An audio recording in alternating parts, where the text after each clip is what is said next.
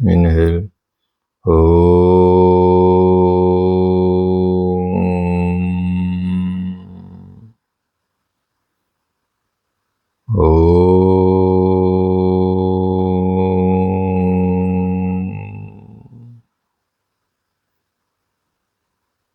Relax. Gently open your eyes. तो आज आपका मुंडकोपनिषद का तीसरे खंड का तीसरे कह सकते हैं अध्याय का दूसरा खंड यहाँ शुरुआत कर रहे हैं। तो यहाँ द्वितीय खंड शुरू होता है। तो इसमें क्या है कि पहले के जो इससे पहले जो प्रकरण आया है उसमें आप देखेंगे कि वहाँ विशुद्ध अंतःकरण वाले साधक की और उसके सामर्थ्य का वर्णन किया गया है, और यहाँ उसके आधार पर यहाँ पे कामनाओं की पूर्ति की बात आ गई थी। अब क्या है, इसलिए निष्काम भाव की प्रशंसा और सकाम भाव की निंदा। इस प्रकरण में निष्काम भाव की प्रशंसा की जा रही है और सकाम भाव की निंदा की जा रही है।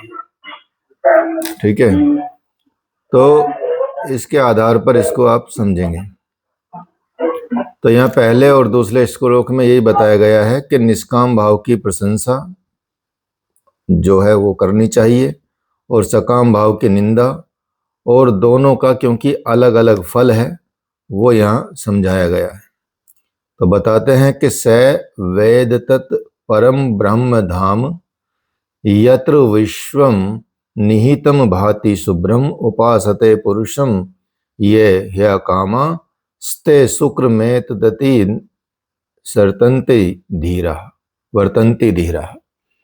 तो यहाँ ये बताया गया है कि थोड़ा सा भी यदि विचार किया जाए, थोड़ा सा भी कोई बुद्धिमान मनुष्य यदि विचार करेगा तो उसको ये बात समझ में आ जाएगी, ये बात उसके कह सकते हैं कि दिमाग में आ जाएगी या उसकी समझ में विकसित हो जाएगी कि जो भी ये कुछ दिखाई दे रहा है या प्रत्यक्ष जगत जो भी दिख रहा है उसका रचयिता जो है वो कोई ना कोई, या उसका जो क्रिएटर है, रचयिता है, या उसको चलाने वाला है, या कोई ना कोई परमेश्वर अवश्य है, क्योंकि ये अपने आप तो चल नहीं रहा होगा।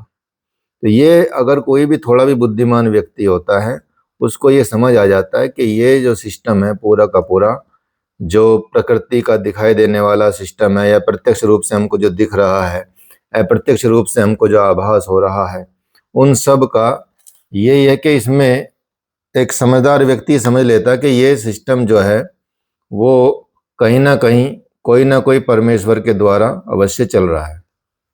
इसीलिए इस तरह से आप समझेंगे तो जिसमें संपूर्ण जगत, जो पूरी दुनिया है वो स्थित प्रतीत होती है, संपूर्ण जगत स्थित प्रतीत होता है, और उस परम विशुद्ध प्रकाश में, या कह सकते हैं कि जो नाम स्वरूप है, परम ब्रह्म परमात्मा है, वो सारे जितने भी भोग होते हैं या कामना होता है उनको त्याग करके भगवान का निरंतर भजन करता है कोई भी साधक। तो जब कोई व्यक्ति ये समझ लेता है कि ये सारा संसार किसी न किसी के द्वारा चल रहा है और वो परमेश्वर हैं, और यदि उसको ये प्रतीत हो जाता है तो फिर वो संपूर्ण जगत में स्थित रहता हुआ भी, अर्थात संसार में रहता हुआ भी, वो उस परम विशुद्ध प्रकाश में धाम स्वरूप परम ब्रह्म परमात्मा को सारी कामनाओं भोगों को त्याग करके निरंतर उसका ध्यान करने वाला साधक ये बन जाता है। और इस साधक जो है वो ये जान भी लेता है कि इस संसार में कुछ नहीं रखा है, और ये हमको जो अपनी स्थिति है वो अलग लेवल पे प्राप्त कर लेनी है। तो ये बात निश्चित है कि जो मनुष्य भगवान की या परम पुरुष परमात्मा की उपासना करते हैं, जो उनको भजते हैं, जो उनको चाहते हैं, जो उनको ध्याते हैं, जो उनके लिए बाकी सारे कार्य करते हैं या उनका ध्यान करते हैं, या जो उनको केवल उनको ही एकमात्र उन्हीं को चाहते हैं, वे हमेशा कंप्लीटली पूर्ण निष्काम होकर रहते हैं। उनमें सकामता नहीं होती, क्योंकि जो भगवान को जिसने चाह लिया, उसकी चाहना सिर्फ, उसकी कामना सिर्फ भगवान को प्राप्त करने की होती है, बाकी संसार के प्रति उसकी निष्कामता हो जाती है। अर्थात वो संसार में लिप्त नहीं होता और निष्काम रहता, उसको किसी और अन्य कामना की आवश्यकता नहीं होती। एक भगवान की कामना कर ली तो समझो सारी कामनाएं कंप्लीट हो गई। तो इसलिए वो किसी भी तरह के भोगों में नहीं अटकता, ना उसका मन किसी भी तरह के भोग में या विलास में या कामनाओं में अटकता है। इसलिए वो हमेशा उस जो हमारा संसार है या मोह माया है या भवसागर है, जो ये आपका शरीर है, उसको भी वो लांघ जाते हैं। रजो वीर्यमय शरीर को भी वो लांघ जाते हैं। और फिर जब वो लांघ जाते हैं, शरीर को लांघने का मतलब होता है कि उसका फिर से पुनर्जन्म नहीं होता।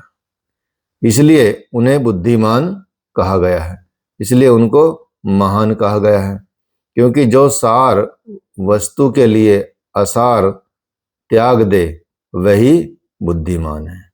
अर्थात जिसमें सार नजर आ रहा है और जिसका किसी का सार नहीं है, जो अनर्थ मतलब जिसका कोई अर्थ नहीं है, उसका अर्थ सिर्फ शरीर तक सीमित है, और जिसका अर्थ शरीर तक सीमित है उसको यदि वो त्याग देते हैं तो वो बुद्धिमान मनुष्य कहा जाता है, उसको बुद्धिमान कहते हैं।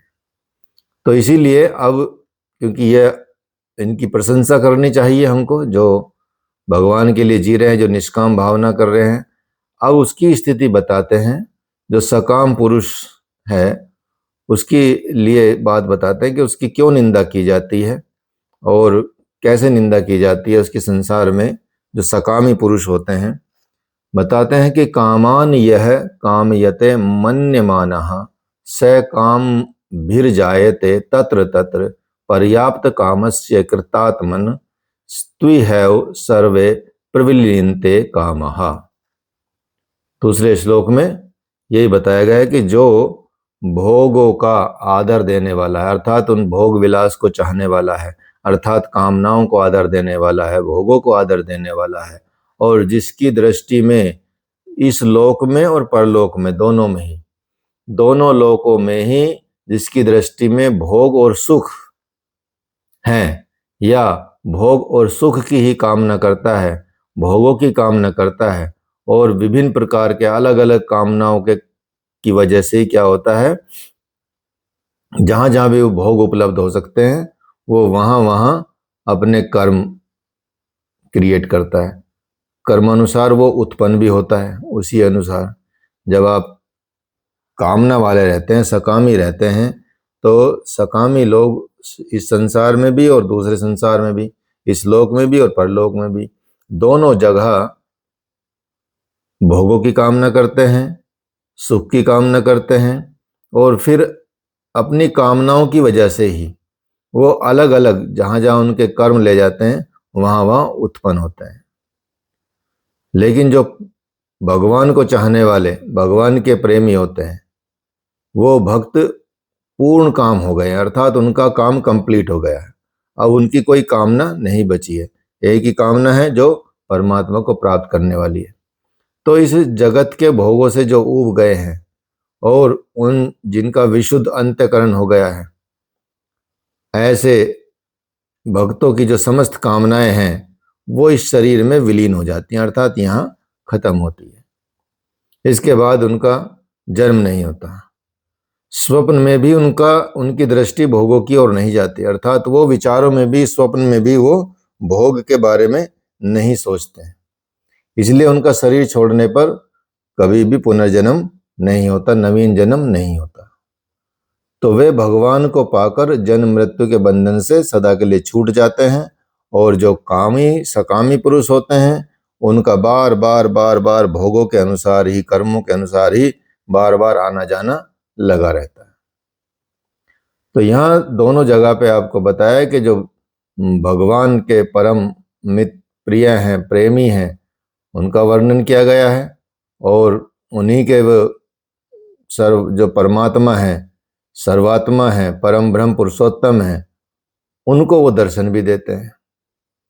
तो कैसे दर्शन देते हैं भगवान बताते हैं कि जो इसमें बताया गया है नेक्स्ट श्लोक में, तीसरे चौथे में, कि तर्क, प्रमाद, निर्बलता, गुणहीनता आदि से भगवत प्राप्ति की असंभावता और भगवत प्राप्ति की उत्कट अभिलाषा वाले निष्काम प्रेमी साधक को भगवत कृपा से उनके दर्शन होने की बात इसमें बताई गई है कि कैसे उनके दर्शन होते हैं। तो नायमात्मा प्रवचनेन लभ्यो न मेधिया न बहुना श्रुतेन यमे वैश वृणुत तेन लभ्ये स्तस्यैष आत्मा विवृणुते तनुम स्वाम। ये बताया गया। और बताया गया कि नाय मात्मा बलहीनेन लभ्यो न च प्रमादत्त पशो वाप्य लिंगात एत रूपाय तते यस्तु विद्वाम स्तेयस आत्मा विशत्य ब्रह्मधाम। तो इनमें यही बताया गया दोनों मंत्रों में कि ये समझाया गया है कि वे परमात्मा न तो उनको मिलते हैं जो शास्त्रों को पढ़कर, सुनकर और ऐसी चिकनी चुपड़ी बातें या ऐसी भाषा में परमात्मा का अलग अलग प्रकार से वर्णन करते हैं, और ना ही उन तर्कशील बुद्धिमान व्यक्ति को, मनुष्यों को मिलते हैं जो बुद्धि के अभिमान में रहते हैं और बुद्धि के अभिमान में रहते हुए तर्क के द्वारा उसको समझने की चेष्टा करते हैं, उसको समझने का प्रयास करते हैं। बहुत लॉजिक लगाने वाले संसार में रहते हैं और बहुत लॉजिक लगा के वो भगवान से ही दूर हो जाते हैं। क्योंकि भगवान अगर लॉजिक में आने लगे, भगवान अगर बुद्धि में आने लगे, भगवान अगर ज्ञान में आने लगे तो फिर तो कोई भी प्राप्त कर लेगा। वो तो उन सबसे परे होते हैं, वो तो आप सृष्टि से सबसे परे होते हैं, वो तो गुणों से भी परे होते हैं, काल से भी परे होते हैं, विवेक से भी परे होते हैं, बुद्धि से परे होते हैं। तो वो आपकी बुद्धि में आ ही नहीं सकते। इसलिए जो इस तरह के लोग होते हैं, तर्कशील होते हैं, बुद्धिमान अपने आप को समझते हैं और फिर तर्क के द्वारा उनको वर्णन करते हैं, उनको भी भगवान नहीं मिलते। तो जो परमात्मा के विषय में बहुत बहुत कुछ सुनते रहते हैं, वे तो उसी को प्राप्त होते हैं जिसको वे स्वयं स्वीकार कर लेते हैं। और वे स्वीकार केवल उसको करते हैं जिसको उनके लिए उत्कट इच्छा होती है और जो उनके बिना नहीं रह सकता। तो जो अपनी बुद्धि या साधन पर भरोसा ना करके केवल उनकी कृपा की प्रतीक्षा करता रहता है, ऐसे कृपा निर्भर साधक पर परमात्मा कृपा करते हैं और योग माया का पर्दा हटाकर उसके सामने अपना स्वरूप प्रकट कर देते हैं। अर्थात ये ना सोचें कि मैं ये साधन करूंगा तो वो भगवान मिल जाएंगे, ये साधन करूंगा तो भगवान मिल जाएंगे, 10 वर्ष ऐसा जीवन जी लूंगा तो भगवान मिल जाएंगे, इस तरह से। तो जो साधनों पे भरोसा ना करके, साधन तो करनी ही है लेकिन ऐसा नहीं कि साधन की वजह से भगवान मिल जाएंगे। तो प्रतीक्षा करनी चाहिए कि भगवान की कृपा कब होए, प्रतीक्षा करनी चाहिए कि भगवान हम पे कृपा करें और हमको अपना स्वरूप दिखाएं, अपना दर्शन दें। तो तब जब भगवान की कृपा होती है तो भगवान उन पे, भक्तों पे या साधकों पे कृपा करते हैं तो अपनी योग माया का पर्दा वो हटा देते हैं और पर्दा हटा के उनके सामने अपना स्वरूप प्रकट कर देते हैं। ऐसा होता है, ठीक है। तो यही बताया गया है और इस तरह से इसमें बताया है कि सबके जो आत्म रूप परम ब्रह्म परमेश्वर है, वो उपासना रूप बल से रहित मनुष्य द्वारा नहीं प्राप्त किए जा सकते। यदि आपके अंदर उपासना का बल नहीं है, यदि आपके अंदर उनको चाहने का बल नहीं है, उनकी उपासना का शक्ति नहीं है, तो उनके द्वारा वो मनुष्य को प्राप्त, किसी भी मनुष्य को प्राप्त नहीं होते। वो सारे भोगों की आशा को छोड़कर एकमात्र परमात्मा की ही उत्कट अभिलाषा रखते हैं और निरंतर विशुद्ध भाव से अपने इष्ट देव का चिंतन करते हैं। तो यही उपासना रूपी जो बल है, इसका संचय करना चाहिए। ये जो आपके अंदर उपासना रूपी शक्ति है, इसका संचय करना चाहिए, इसको संभालना चाहिए और अपने इष्ट के प्रति विशुद्ध भाव से उनका चिंतन करना चाहिए, उनका भजन करना चाहिए, एकात्मक भक्ति रखनी चाहिए। तो जो ऐसे बल से रहित पुरुष होते हैं, उनको भगवान नहीं मिलते। इस तरह से कर्तव्य त्याग रूप प्रसाद से भी वो नहीं मिलता। ऐसे नहीं कि भाई मैं कर्तव्य का त्याग कर दूं और मुझे मिल जाएंगे, कि उसका प्रसाद ये मिलेगा। और जो सात्विक लक्षणों से रहित होते हैं, अर्थात जिनके अंदर सात्विक लक्षण नहीं होते, जो सात्विक जीवन नहीं जीते, और सात्विक जीवन नहीं जीते, और अगर वो सात्विक जीवन नहीं जी रहे और संयम पूर्ण तप से भी किसी साधक के द्वारा वो प्राप्त नहीं किया जा सकते। लेकिन जो बुद्धिमान साधक रहते हैं, उनको वो जो पहले उपाय बताए हैं उनका प्रयत्न करना चाहिए, प्रमाद रहित होना चाहिए।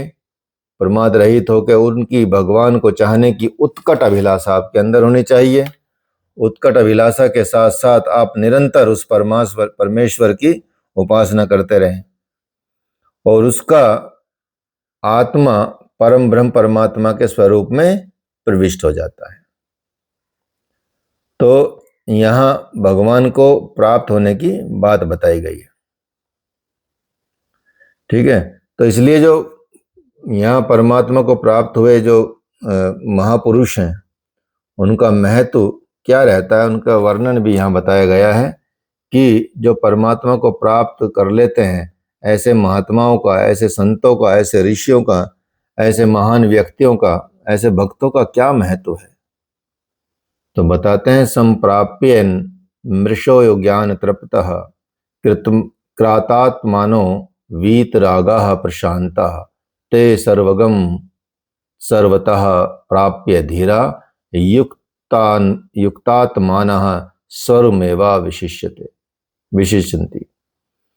तो बताते हैं कि वे विशुद्ध अंतकरण वाले, जिनका अंतकरण एकदम शुद्ध हो गया हो, विशुद्ध अंतकरण वाले, अर्थात जो आसक्ति से रहित हों, ऐसे महर्षिगण इस तरह से प्राप्त, इनसे इस प्रकार से परम ब्रह्म परमात्मा को भली भांति प्राप्त करके वो ज्ञान से तृप्त हो जाते हैं और उन्हें किसी प्रकार के अभाव का बोध नहीं होता।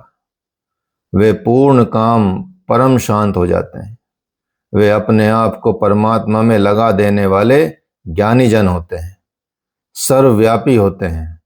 परमात्मा को चारों ओर से प्राप्त करके वो सर्वरूप परमात्मा में ही पूर्णतः प्रविष्ट हो जाते हैं।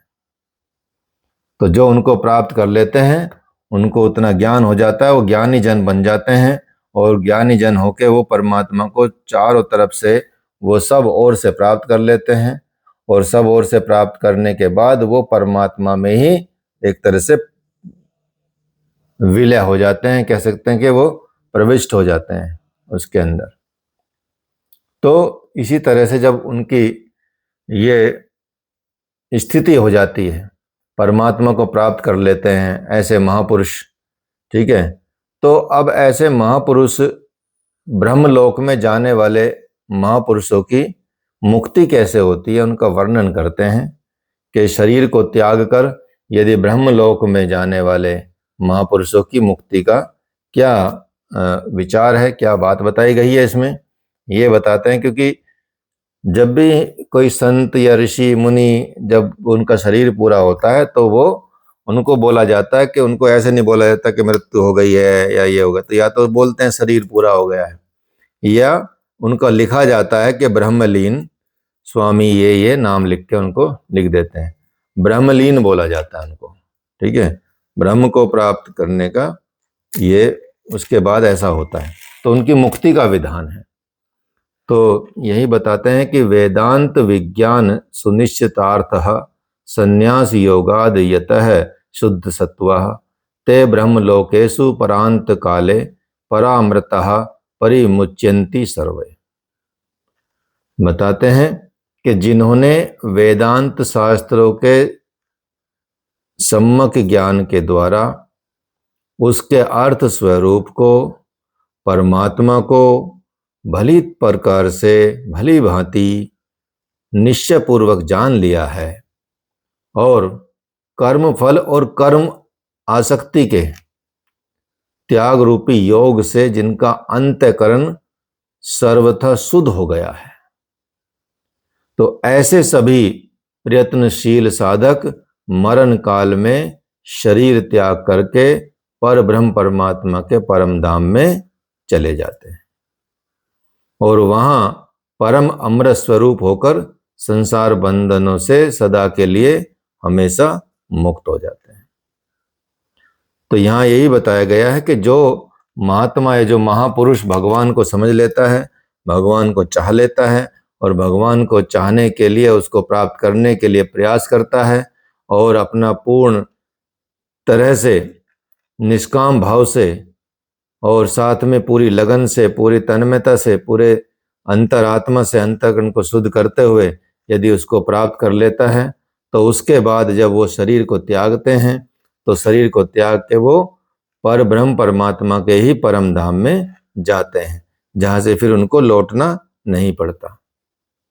तो वो सारे संसार बंधनों से मुक्त हो जाते हैं और फिर वो उनको अमृत स्वरूप जीवन प्राप्त हो जाता है। और जिनको ऐसा परम ब्रह्म परमात्मा की प्राप्ति इसी शरीर में हो जाती है, उनके अंत काल में उनकी स्थिति कैसी होती है, इस पर बताते हैं कि जीवन मुक्त महात्मा की अंत काल की स्थिति और नदी और समुद्र के उदाहरण से इसको आप ब्रह्मलीनता का निरूपण समझ सकते हैं।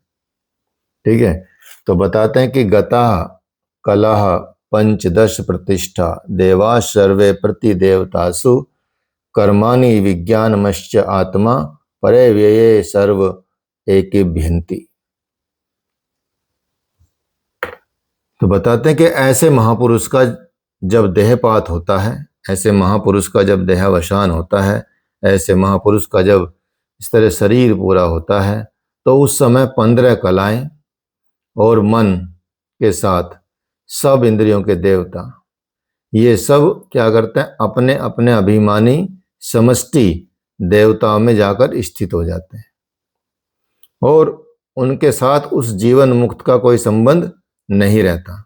उसके बाद उसके सारे कर्म विज्ञान में जीवात्मा सब के सब परम अविनाशी पर ब्रह्म में लीन हो जाते हैं। 15 कलाएं जो बताई गई हैं, श्रद्धा, आकाश आदि ये पंच महाभूत, इंद्रियां, मन, अन्न, वीर्य, तप, मंत्र, कर्म, लोक और नाम, ये आपको 15 कलाएं बताई गई हैं, 15 विद्याएं बताई गई। ठीक है, तो यही बताया गया है कि 15 कलाएं और मन के साथ सब इंद्रियों के देवता ये सब अपने अपने अभिमानी समष्टि देवता में जाकर स्थित हो जाते हैं और जीवन मुक्ति का रास्ता क्लियर होता है। तो किस प्रकार से विलीन होते हैं, इस पर पूछा जाता है कि कैसे विलीन होते हैं। तो यथा नद्य स्पंदमानाः समुद्रे समुद्रस्तगतं गच्छन्ति नाम रूपे विहाय तथा विद्वान नाम रूपाद विमुक्तः परात् परम पुरुषम पैति दिव्यम। बताया जाता है कि जिस तरह से बहती हुई नदियां, जिस प्रकार से बहती हुई नदियां अपना अपना नाम रूप छोड़कर समुद्र में विलीन हो जाती हैं, वैसे ही ज्ञानी महापुरुष नाम रूप से रहित होकर, उनका कोई नाम नहीं बचता, उनका कोई रूप नहीं बचता, उनका कोई अस्तित्व नहीं बचता, उनका कोई जीवन नहीं बचता है कि वो परमात्मा जो दिव्य पुरुष परम ब्रह्म परमात्मा को वो प्राप्त हो जाते हैं, सर्वतो भाव से उन्हीं में विलीन हो जाते हैं।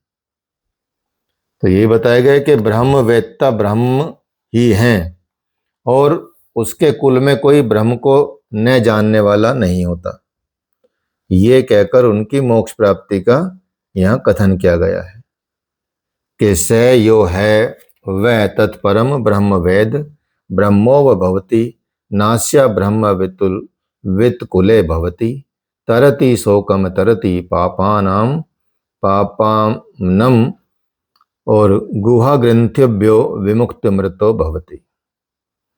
इसमें बताया गया कि बिल्कुल ये सच्ची बात है कि जो कोई भी उस परम ब्रह्म परमात्मा को जान लेता है, ये इसको आप सच मान के चलिए और इसको एक यूनिवर्सल ट्रुथ, अकाट्य सत्य मान के चलिए कि जो कोई भी व्यक्ति, कोई भी साधक, कोई भी महापुरुष उस परम ब्रह्म परमात्मा को जान लेता है, वो जान लेने का मतलब वो होता है कि वह ब्रह्म ही हो जाता है।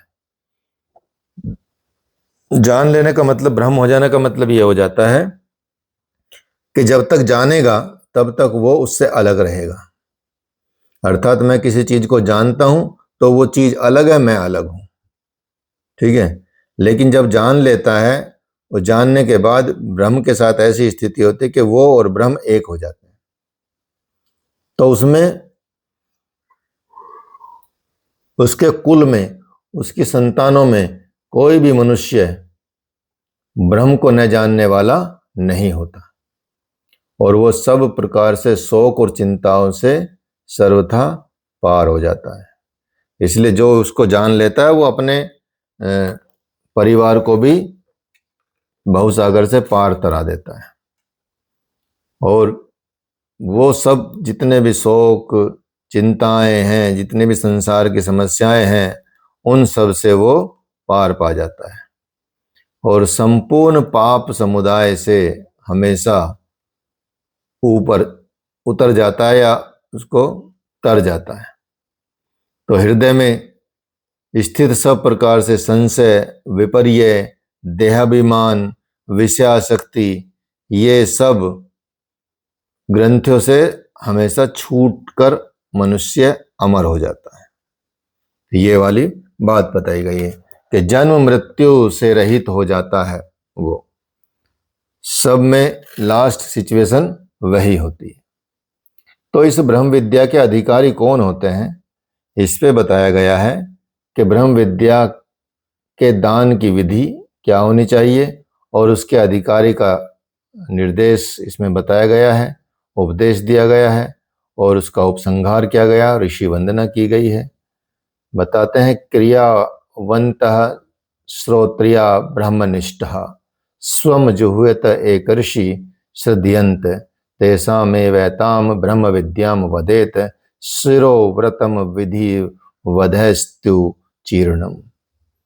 कि जिसका इस उपनिषद में वर्णन हुआ है, उस ब्रह्म विद्या के विषय में ये बात कही गई है, ऋषियों के द्वारा कही गई है कि जो अपने अपने वर्ण में, अपने अपने आश्रम और अपनी अपनी परिस्थिति के अनुसार निष्काम भाव से और जितने उसकी कैपेसिटी है, जो वो कर सकता है, यथा योग्य कर्म करने वाला और वेद के जो यथार्थ अभिप्राय हैं, वेद को का सही अर्थ है, उस अभिप्राय को समझने वाला और पर ब्रह्म परमात्मा की उपासना करने वाला और उसके जिज्ञासु, जो स्वयं एक ऋषि नाम से प्रसिद्ध प्रज्वलित अग्नि में शास्त्र विधि के अनुसार अपने श्रद्धा पूर्वक हवन करते हैं, तो और जिन्होंने विधि पूर्वक ब्रह्मचर्य व्रत का पालन किया है, उन्हीं को वह ब्रह्म विद्या बतलानी चाहिए। अर्थात ये ब्रह्म विद्या किसी को भी ना दे दें, ये ब्रह्म विद्या देने की योग्यता है कि किस किस को ये ब्रह्म विद्या आप दे सकते हैं। तो परमात्मा को चाहने वाला होना चाहिए, उनकी उपासना करने वाला होना चाहिए, वेदों में को अच्छे से समझने वाला होना चाहिए, निष्काम भाव से काम करने वाला होना चाहिए, अपनी परिस्थिति, वर्ण और आश्रम के अनुसार। ऐसे व्यक्ति को ही ये ब्रह्म विद्या बताई जानी चाहिए। ये इसमें बताई गई है बात। तो इसलिए बताते हैं, तदेतत् सत्यम ऋषिरांगिरा पुरोवाच नैतदचीर्ण व्रतोधीते नमः परम ऋषभ्यो नमः परम ऋषभ्य।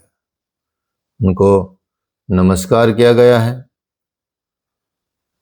परम ऋषभ्य नमः, परम ऋषियों को नमस्कार। तो उस ब्रह्म विद्या रूप इस सत्य का पहले महर्षि अंगिरा ने अच्छी तरह से शौनक ऋषि को उपदेश दिया था, और जिसके विधि पूर्वक ब्रह्मचर्य व्रत का पालन नहीं किया गया हो तो वो इसे नहीं पढ़ पाता। इसलिए इसका गूढ़ रहस्य जो है वो उसको समझ नहीं पाता। यदि किसी ने यम नियम का पालन नहीं किया है या उस परमात्मा की चाहना नहीं की है तो वो क्योंकि समझ ही नहीं पाएगा, तो इसको पढ़ भी नहीं पाएगा ढंग से। तो परम ऋषियों को नमस्कार करते हैं जिन्होंने इस विधि को बताया और इन विधियों को आगे बढ़ाया। परम ऋषियों को नमस्कार किया जाता है। इस प्रकार 2 बार उनको नमस्कार करने का, 3 बार नमस्कार करने का प्रावधान किया गया है, और उनको नमस्कार करके इस ग्रंथ की, मुंडकोपनिषद की समाप्ति की सूचना दी गई है। तो ये द्वितीय खंड समाप्त हुआ, तृतीय मुंडक का द्वितीय खंड समाप्त हुआ, और ये अथर्ववेदीय मुंडकोपनिषद जो है वो समाप्त हुआ। तो यहाँ शांति पाठ करने का बताया गया है।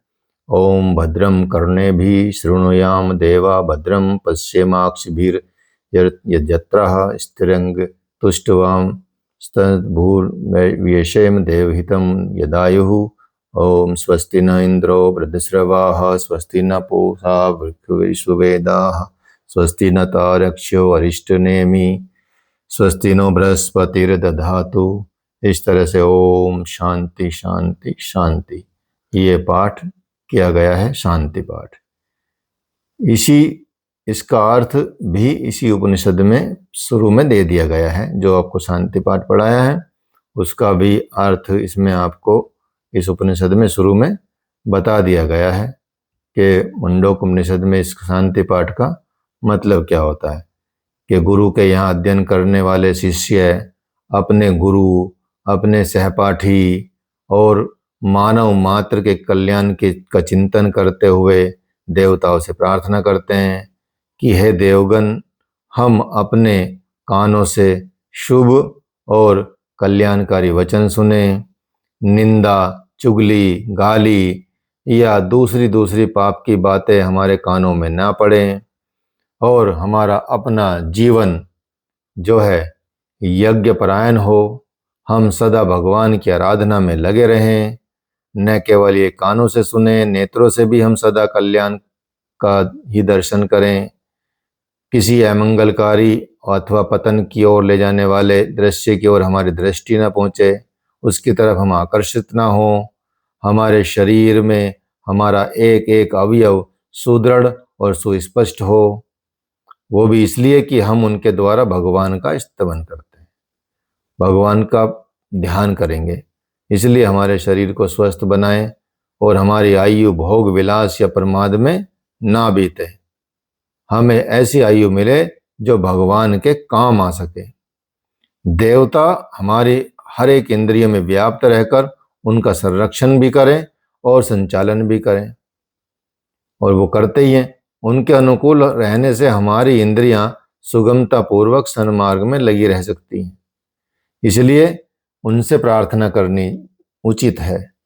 तो जिनका सुयश चारों तरफ फैला है, सब ओर फैला, वे देवराज इंद्र, सर्वज्ञ पूषा, अरिष्ट निवारक तार्क्ष्य अर्थात गरुड़, और बुद्धि के स्वामी बृहस्पति, ये सभी देवता भगवान की दिव्य विभूतियां हैं, और ये सदा हमारे कल्याण का पोषण करती हैं। या उनसे प्रार्थना करें कि ये सदा हमारे कल्याण का पोषण करें। इनकी कृपा से हमारे सहित प्राणी मात्र का कल्याण होता रहे। और इसी तरह से तीनों जो ताप हैं, आदि आध्यात्मिक, आदि दैविक, आदि भौतिक, सभी प्रकार के तापों की शांति हो। ओम शांति शांति शांति इसलिए बोला जाता है। तो यहाँ ये आपका मुंडकोपनिषद जो है अध्याय समाप्त हुआ। ठीक है, तो अब नया जो चलेगा आपका मुंडकोपनिषद के बाद कौन सा उपनिषद है?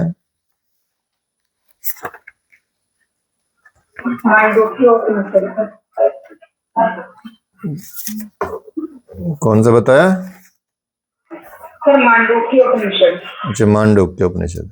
ओके, हाँ, मांडूक्य उपनिषद। ठीक है, इसमें चेतना के 4 स्तर बताए गए हैं, ओंकार के साथ इसका संबंध बताया गया है मांडूक्य उपनिषद में। मांडूक्य उपनिषद में देखते हैं। हाँ, मांडूक्य उपनिषद में, इसमें भी सेम शांति पाठ रहेगा और इसमें लिखा है आपके सिलेबस में चेतना के 4 स्तर और ओंकार के साथ इनका संबंध। फिर ऐतरेय उपनिषद है, तैतरेय उपनिषद है। आत्मा की अवधारणा, जीवात्मा, परमात्मा और प्रज्ञान स्वरूप परमात्मा, पंचकोश की अवधारणा, शिक्षावल्ली, आनंदवल्ली, भृगुवल्ली का सारांश। तैतरेय उपनिषद भी बहुत अच्छा है, बहुत ज्ञानवर्धक है। इसमें आपको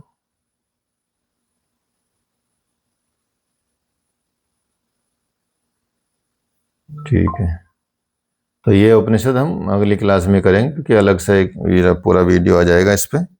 एक क्लास में ये शायद समाप्त हो जाएगा। मांडूक्य उपनिषद इतना बड़ा नहीं है, तैतरेय थोड़ा सा बड़ा हो सकता है। ठीक है, तो ये मांडूक्य उपनिषद अगली क्लास में करेंगे, नेक्स्ट क्लास में आपको बता दी जाएगी। चलिए,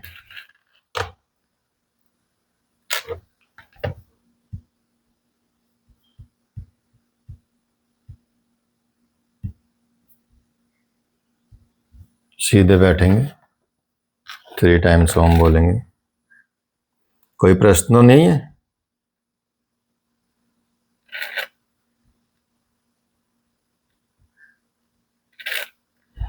इनहेल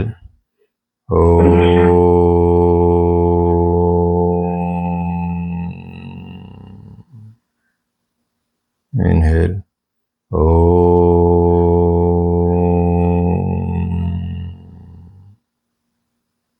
इनहेल